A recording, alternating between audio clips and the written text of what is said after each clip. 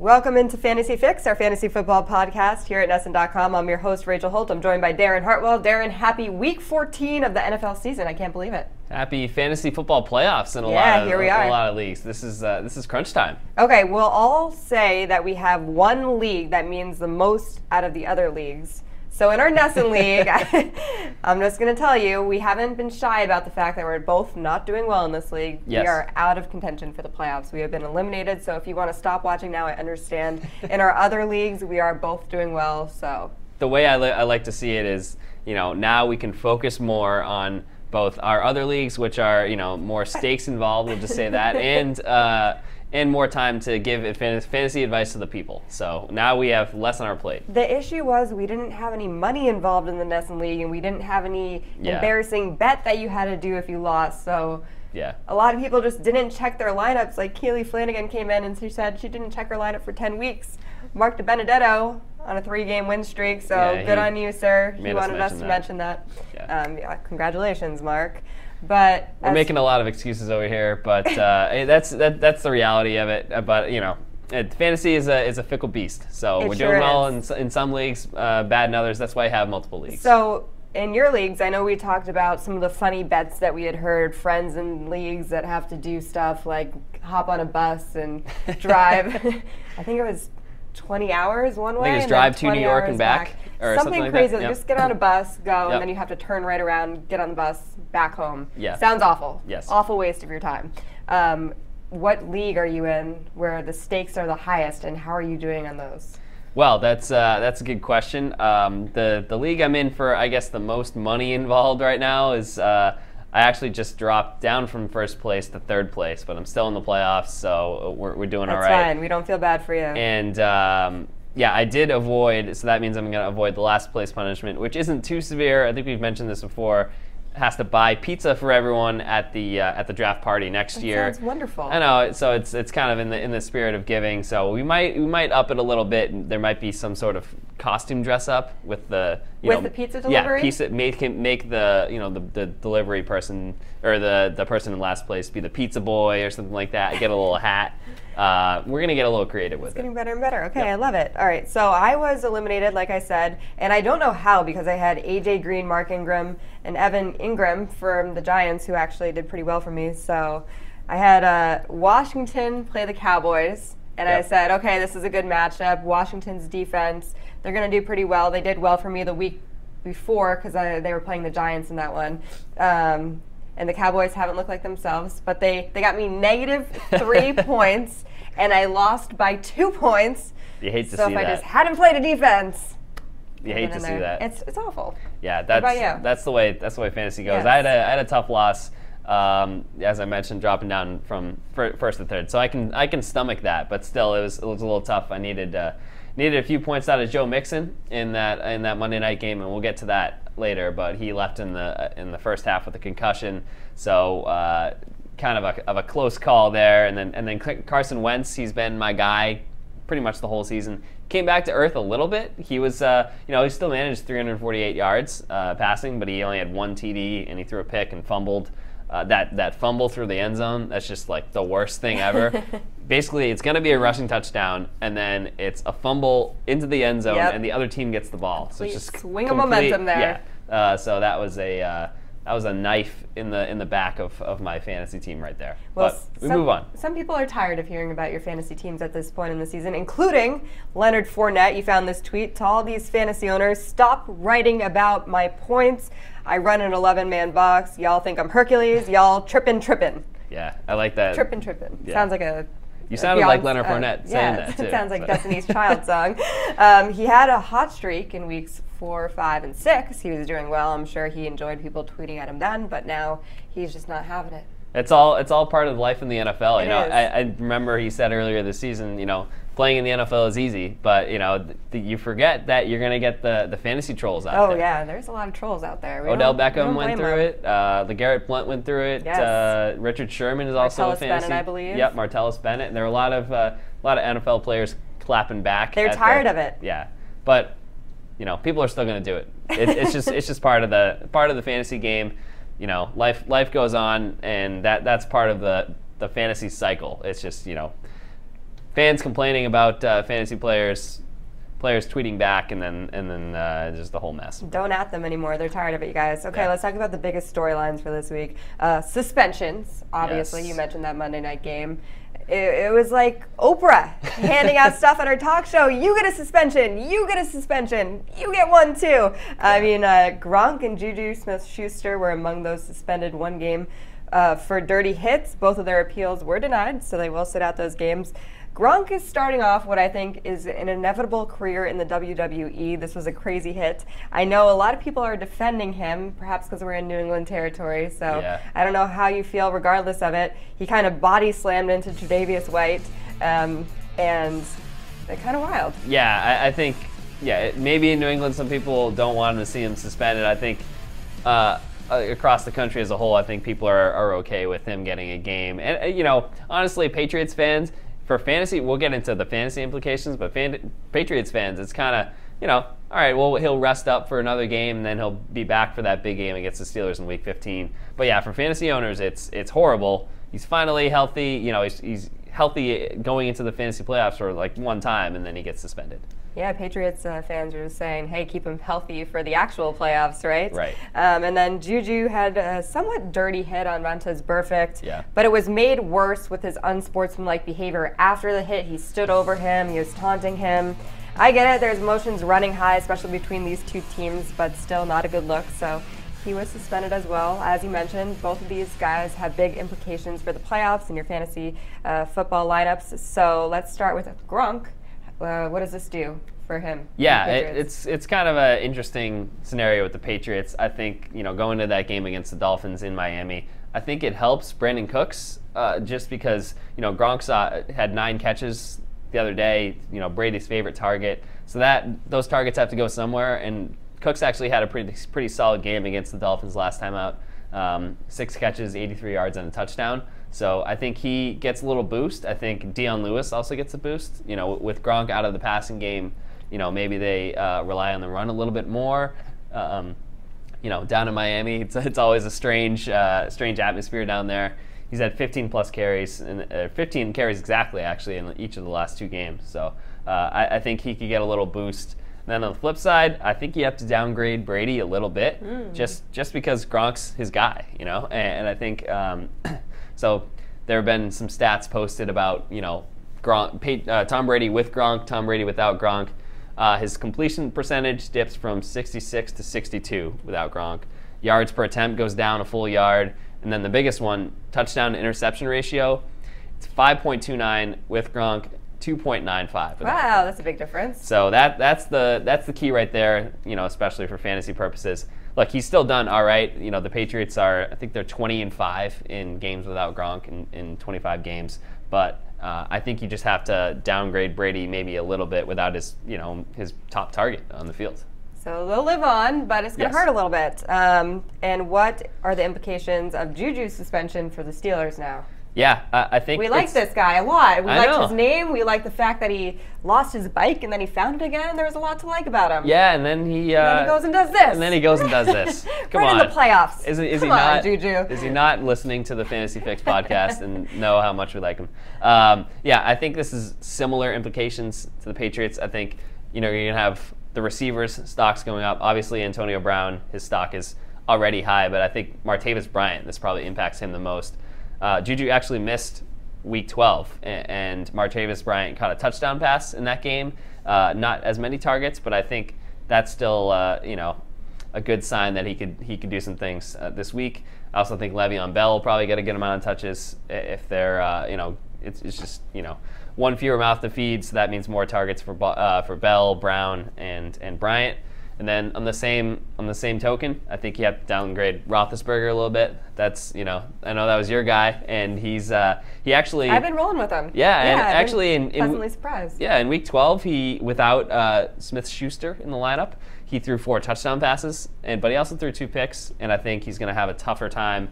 They're playing the Ravens at home. I think those AFC North matchups, a lot of defense involved. I think it might be a little bit tough for Roethlisberger to rack up the passing yards, but I do like Martavis Bryant still. I think he's a good play. The NFL is certainly cracking down, so keep it clean, guys, moving forward. Watch those dirty hits. Josh Gordon returned and he did well. We talked about this guy. Should we start him? Should we pick him up? A lot of us wanted to wait and see how he did. So, 11 targets and 85 yards in his season debut on Sunday. We have our answer. Next up, he faces Green Bay. That defense has allowed the third most fantasy points to opposing wide receivers. So what do you think? Is he a must start heading into this game? I think he is, yeah. And I think a lot of people who benched him might be kicking themselves for not starting him, but I do think that was the right call, just to wait and see. The 4 catches is still pretty low, even though he made some big plays. But yeah, I think he's a must start going forward, especially in this week. I saw this tweet from, or not a tweet, it's a comment tweeted out on Twitter the other day from Casey Hayward, Chargers cornerback. So he went out and said after that game that Gordon was his toughest matchup this season. And then there's a list of players that are wide receivers that Hayward has faced this season. Odell Beckham in the preseason, Dez Bryant, Brandon Cooks, Demaryius Thomas, Michael Crabtree, Tyreek Hill, Alshon Jeffrey. Yep, those guys are all pretty good. Yep. I mean, some of those guys maybe are wide receiver 2 level, but, Beckham, Dez Bryant, Brandon Cooks, those are elite guys. Demaryius Thomas. So I think, that's just the indication that, Josh Gordon still is one of the best wide receivers in the league. It looks like he's back to his old form, and the Browns, more importantly, want to get him involved a lot. So I think he's going to be, at the very least, receiving a lot of targets. The Browns will take any kind of offense they can get. Exactly. Hey, I'm happy. I love stories of redemption. It's cool to see him doing this, and hopefully he keeps it rolling and helps your fantasy teams in the meantime. So another team that's helping your fantasy rosters is Seattle. These guys are doing well, especially at the right time for us, because we need these points now. Russell Wilson has been phenomenal as of late. Yeah, he's really been, if you have Russell Wilson on your team, he's kind of carrying you to the playoffs.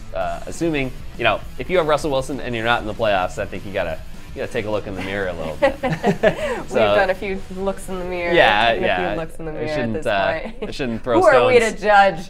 Throwing stones in glass houses over here. But, so he had 24 fantasy points in standard leagues this past week, 3 touchdowns, 227 yards, and he also runs. I think he had around 30 rushing yards. So that's 24 or more fantasy points in 6 of his last 7 games. That's, QB1 elite level stuff right there.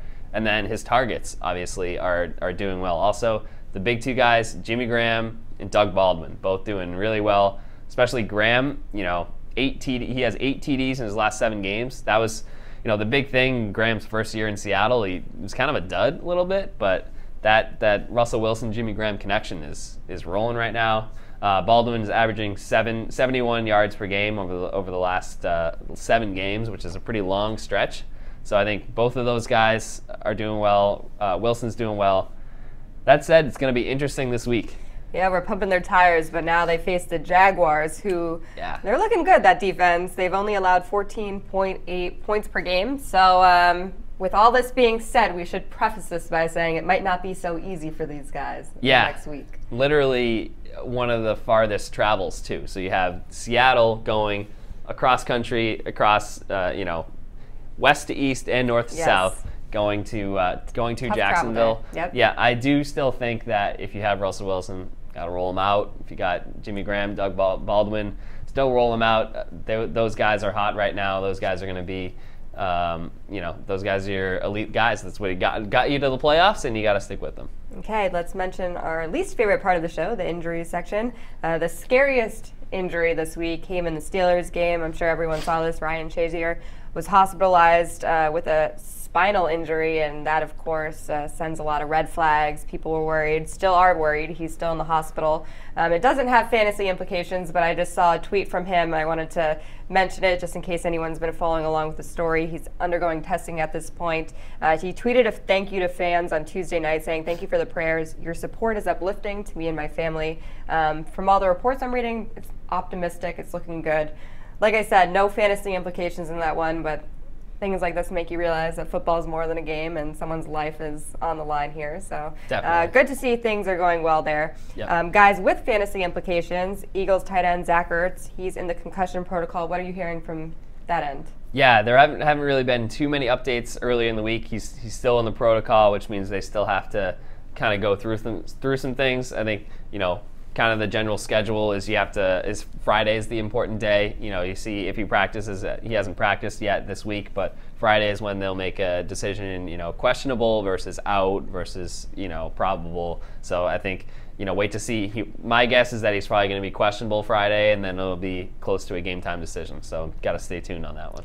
Lions quarterback Matthew Stafford, he injured his throwing hand. What's the latest? Yeah, it sounds like he's actually questionable. You know, a lot of quarterbacks, it's like, you never know. Yeah, they have an injury, they're questionable. Yeah, they're going to play. It looks like there's something, there's something there, and it's his throwing hand too, so that could affect. You know, even if he can go, I think you have to maybe be wary of, you know, him and then his targets, guys like Marvin Jones or Golden Tate. See how well that hand heals up. So again, another late in the week, situation, something to monitor, and then maybe have some backups ready. Speaking of backups, Bills quarterback Tyrod Taylor, he was my backup for Big Ben for most of the season.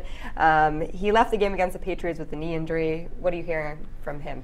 Yeah, I think the Bills seem relatively optimistic about this, just because, you know, he got out of there and got some treatment. I think, you know, they don't really have many great options, as we saw with Nathan Peterman disaster the other week. But I think, you know, he might be back out there.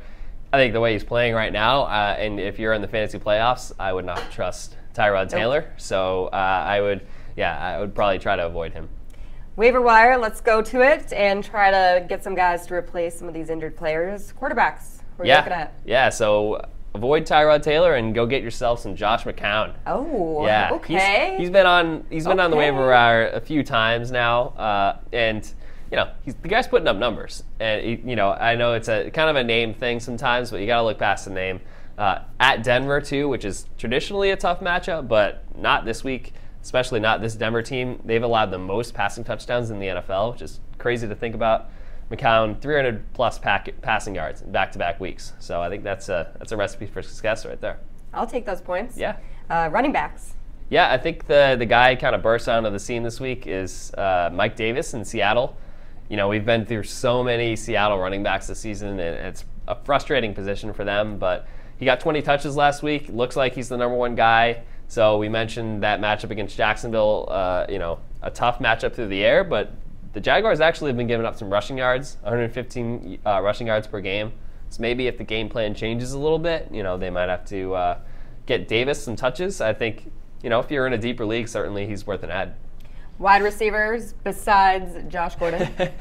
Yeah, he's the main guy, but I like Marquise Goodwin. So we saw Jimmy Garoppolo, his first Niners start, and he likes Marquise Goodwin. There's a Jimmy G to Marquise G connection there. I guess it must be the name, but so he had 8 catches for 99 yards last week. You know, led the team in those categories, and then he's going up against the Texans this week. Texans, third most passing TDs allowed, so they're right there with Denver in terms of being susceptible. Susceptible? That's a tough word. I don't even use that one in my vocabulary. It's too tough. It's too risky. That was a roll of the dice right there. But I don't think I think Goodwin is a safe roll of the dice, you could say. I think he's going to be getting a lot of targets, at least. Garoppolo looks pretty comfortable with him. So we have to replace some tight ends if you have Rob Gronkowski, Fleur suspended, and then Zach Ertz potentially not playing with a concussion. So who are tight ends that you're looking at? Yeah, I think the guy I like is David Njoku, if that's how you pronounce it. The guy in the Browns. So we mentioned Green Bay has a pretty shaky secondary. I think, you know, it could be a situation where you have Josh Gordon getting a lot of attention, and if he gets double covered, if there's more eyes on him, that could free Njoku up. I think he has a decent day, so I think he's a guy to look at. Let's talk about some Patriots players here. A Patriots check-in. Rex Burkhead is on a roll. He scored 4 touchdowns in his last 2 games. If you have him on your team, you've been very pleasantly surprised. Not surprised, maybe, but this guy is certainly making a surge here in the later games. So safe to say that he's a must-start. I think so. Yeah, it's crazy to think about, and you know we talked about this a lot, and then early on in the season how you can't trust Patriots running backs, and we've really kind of dumped on them. But you know, ever since Mike Gillislee's been kind of phased out, it's been Rex Burkhead, 4 touchdowns in his last 2 games. That you can't argue with those numbers. and he had 78 rushing yards, which is a pretty solid amount, and to go along with 3 catches for 25 yards. So that's, right around the ballpark of 100 total yards.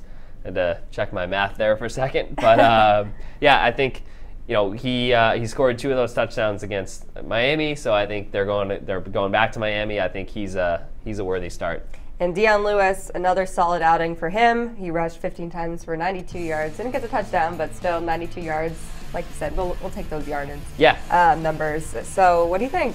Is he a must start? I think the one thing that concerns me is he had 0 catches, so he's basically just a running back now. And, in the past he's been involved in the passing game. I do still think that he's a worthy starter. I'd call him an RB2 just because of what he did against the Dolphins last time out, 112 rushing yards in Week 12. So I think that's, reason enough to start him. He also could maybe work a touchdown in there. But yeah, I would like to see a little bit more, I guess you could say, diversity in his numbers. It's just all rushing yards right now. But I think he's, given the matchup, I think he's still worthy of a start. Well, you mentioned the stats with Tom Brady when Gronk is out, so expecting to see a kind of decline there. And last outing, he had no touchdown passes. Yeah. Is this Brady? Crazy. First time since Week 1, which did not go well. That was the Chiefs game. That was a disaster. But yeah, pretty uncharacteristic. But that was the game plan. Division game on the road. So yeah, again, I think in Miami might be a little bit less of an opportunity. May not be chucking the ball across the field. The running game's been pretty strong. So I think it's hard to bench Tom Brady if you're in the fantasy playoffs. I think you still are probably starting him. I just maybe wouldn't expect huge numbers, but I think Brady does have the tendency to kind of surprise us whenever we think he's going to have maybe a down game. I think he listens to all the haters and he's like, all right, I'm just going to go out and throw for like 300 yards and 3 touchdowns. So I'd probably still start him. Unlike Leonard Fournette, he thrives when you at him on social media. He wants to see the haters. Yeah. Gronk, he was having a great game before things got a little testy over there in his hometown of Buffalo. He was loving it. 9 catches for 147 yards, so he had a good day for you. So the one saving grace, I guess, is you're happy with him, even though he did something bad. Yeah, he definitely. Yeah, he's in timeout big time. The stat I liked about that game, the Gronk accounted for 57% of Brady's total passing yards. So more than half of Brady's passing yards all went to Gronk. It's a huge part of that offense, but now he's gone. So like we said, maybe Brandon Cooks, maybe Chris Hogan back at practice today, Wednesday. So we'll see if he kind of keep an eye on his status, but it'll be interesting to see what they do. You mentioned Brandon Cooks. Now, this guy was a non-factor in their last game against Buffalo, so you think with Gronk out now, it means it's probably good to go. Yes, I think Cooks is a big play threat, and I think he's going to be the guy that Brady looks to now first with Gronk out. I think we've seen kind of a pattern from him when he has a down day. He bounces back, and Brady looks to him. So I think he's a pretty safe play. Okay. Thursday Night Football, the next game coming up that we'll have to make some decisions for our roster. The 9-3 Saints take on the 7-5 Atlanta Falcons in an NFC South matchup. Very competitive division right there. The Panthers also doing well with an 8-4 record. Yeah. So a lot on the line in this game. It should be a fun one. Who do you like on the Saints? The Saints got to start with the running backs. Alvin Kamara and Mark Ingram have just been money for the last, 5 weeks or so. I think if you have either of them, you're starting them. Regardless of the matchup, they're in Atlanta. Both of those guys are great. Drew Brees, I think he's probably like a low-level QB1. I don't think he's that elite, QB1 that he used to be. You might want to take a look elsewhere if it's a shallower league and you have some other options. On the road against Atlanta, their pass defense has actually been all right. That said, I do think Michael Thomas is still a pretty solid play at wide receiver. He's been playing really well. He's their top guy, so I'd start him. Those are pretty much the guys that I'm looking at. Fair enough. What about the Falcons? Yeah, I think Matt Ryan is maybe in that same boat. I think maybe you put him a little bit above Drew Brees, actually, just because he's playing at home. That offense is much better at home than it is at the road. So I think you're starting him. If you're in a deeper league, maybe take a look at some other options if you're in a shallower league.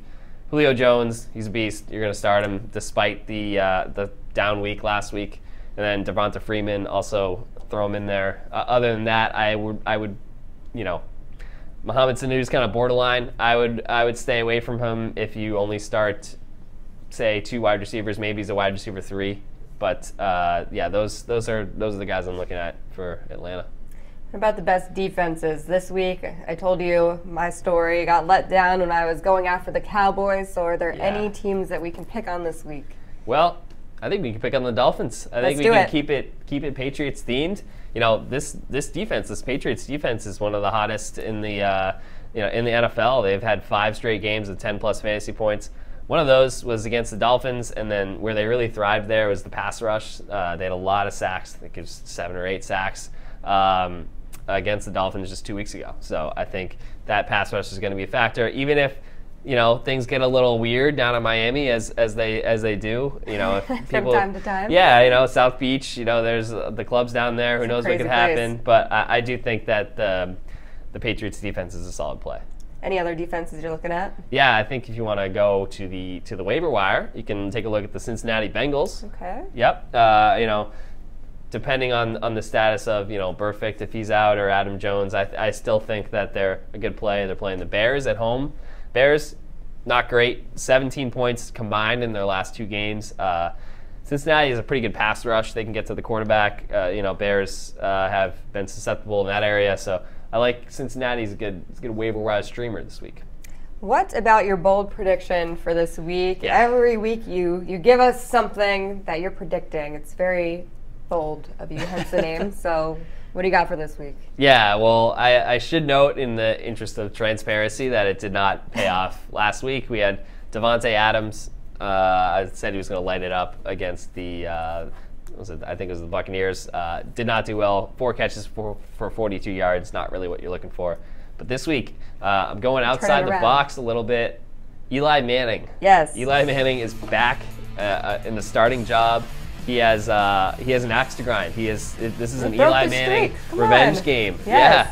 Go get him, Eli. And I also think sometimes when a new head coach comes in, it's just kind of things are all over the place, and then it kind of flips a switch, and the guys just have the guys step up. They have a big game. Things kind of come out of nowhere. They're playing the Cowboys. It's a division game. They're at home. I think Manning, they're going to be chanting his name. They're going to be chanting Eli at MetLife Stadium, and he's just going to light up the Cowboys. He's going to thrive. He's going to thrive, as our producer Andre likes to say. So I think I like Manning. I like Manning this week. I don't know if you really want to go get him if you're in like a pretty shallow league, but maybe daily fantasy, take a shot at Manning and see what happens. I'm all in. Why not? I like this bold prediction. Let's do it. I really do. Yeah. Eli Manning, go get him. All right. First. Thanks for tuning in for this week of Fantasy Fix. Good luck in your fantasy playoffs. We're wishing you the best of luck. Go get them, except if you're in the Nesson League, then we just don't care how you do. Yes. Yeah. You're all losers. And if our advice is wrong, you didn't hear it from us. No, obviously. you didn't. Okay, thanks so much. And for all your Patriots news, make sure you keep it on Nesson.com.